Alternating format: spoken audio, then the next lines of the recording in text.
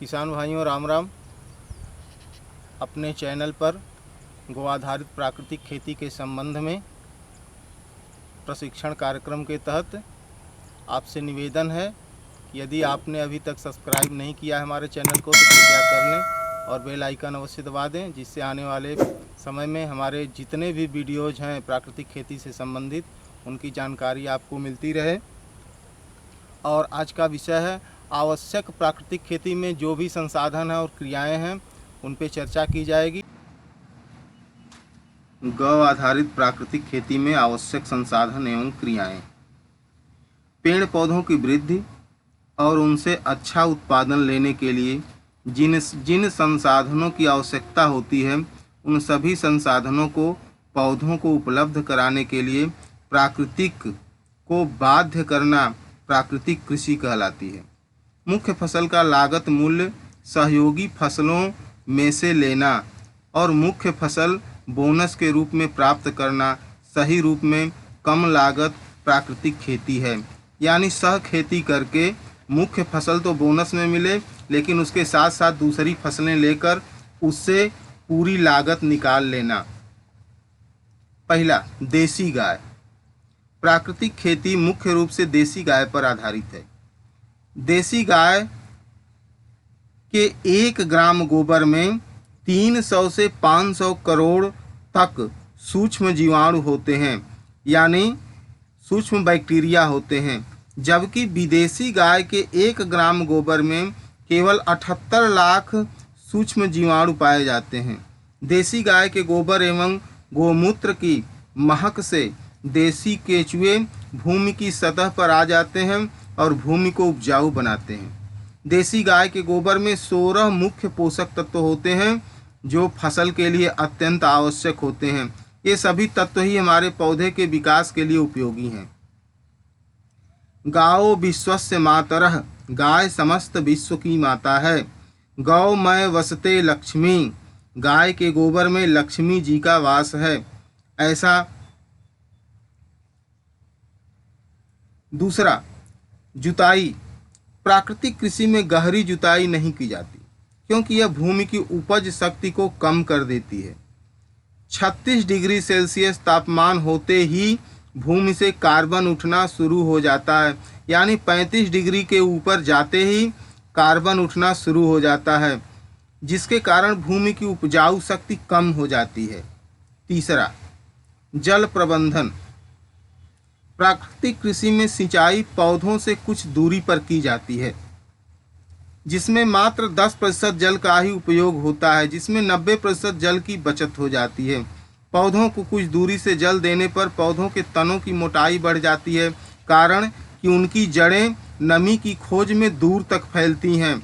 इस कारण से तने की मोटाई बढ़ती है और पौधे का विकास अच्छा होता है। चौथा, पौधों की दिशा। प्राकृतिक कृषि में पौधों की दिशा उत्तर दक्षिण होती है, जिससे पौधों को सूर्य का प्रकाश अधिक समय तक मिलता रहे। एक पौधे से दूसरे पौधे की दूरी बढ़ाए जाने के कारण भी पौधे को अधिक मात्रा में सूर्य से ऊर्जा प्राप्त होती है, जिससे पौधे अपने शरीर का निर्माण करते हैं।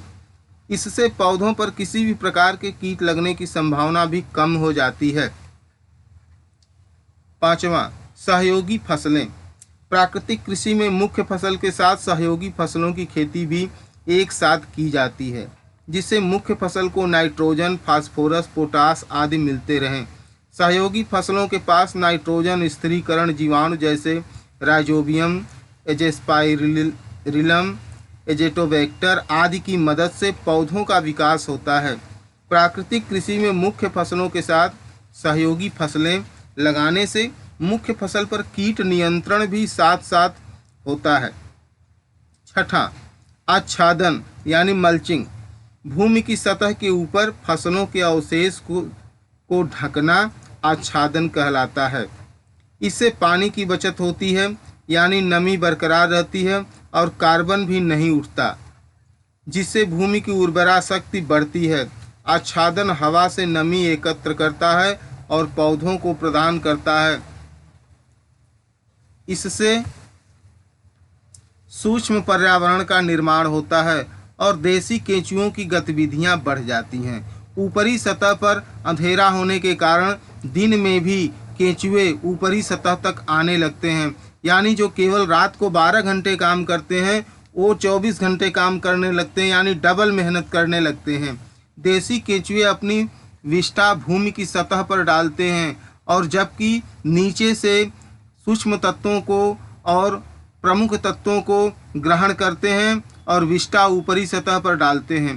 केंचुओं की विष्ठा में सामान्य मिट्टी से 7 गुना नाइट्रोजन, 9 गुना फास्फोरस और 11 गुना पोटास होते हैं, जिससे भूमि शीघ्र सजीव हो उठती है। 7वां, सूक्ष्म पर्यावरण।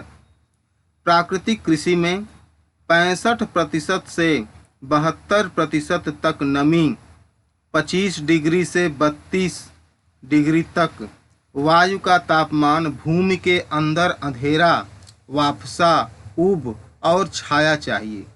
इन परिस्थितियों के निर्माण को सूक्ष्म पर्यावरण कहते हैं। ये परिस्थितियाँ आच्छादन द्वारा निर्मित की जाती हैं।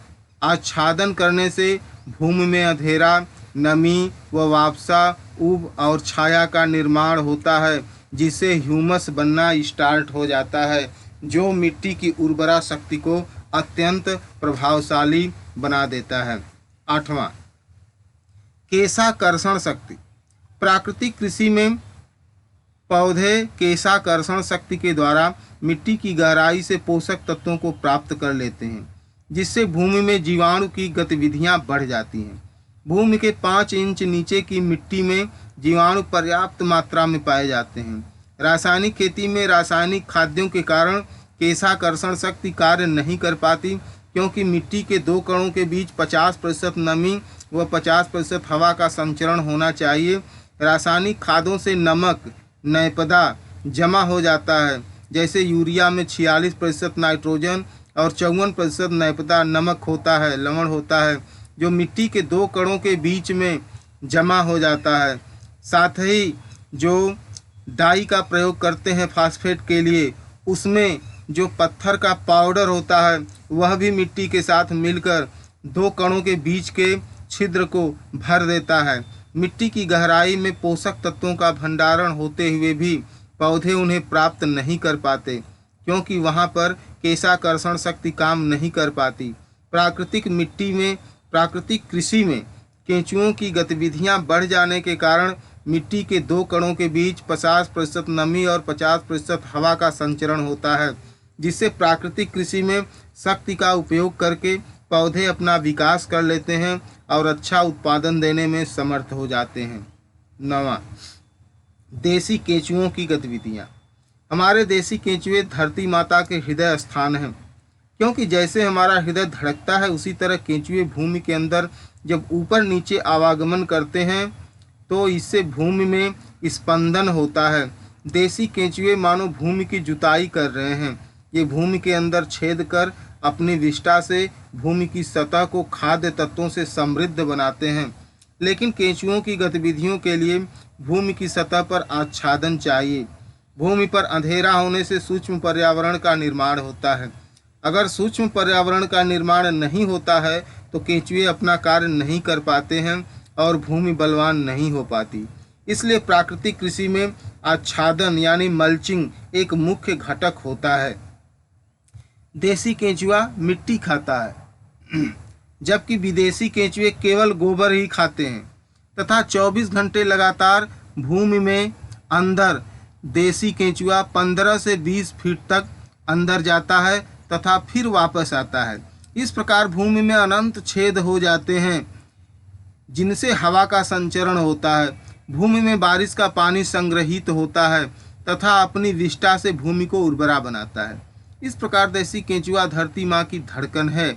जैसे ही हम भूमि पर आच्छादन डालते हैं और साथ में जीवामृत एवं घन जीवामृत का प्रयोग करते हैं, उसकी सुगंध पाकर केंचुए सुसुप्तावस्था से बाहर आकर भूमि की सतह पर आने लगते हैं। जिस प्रकार से कहीं ऊंचाई पर हम कोई गुड़ थोड़ा सा रख दें या चीनी रख दें तो उसके सुगंध से तमाम चींटियां रात भर में लाइन सी लगा लेती हैं, कतार लगा लेती हैं, बल्कि पड़ोसी के घर से भी आना स्टार्ट कर देती हैं।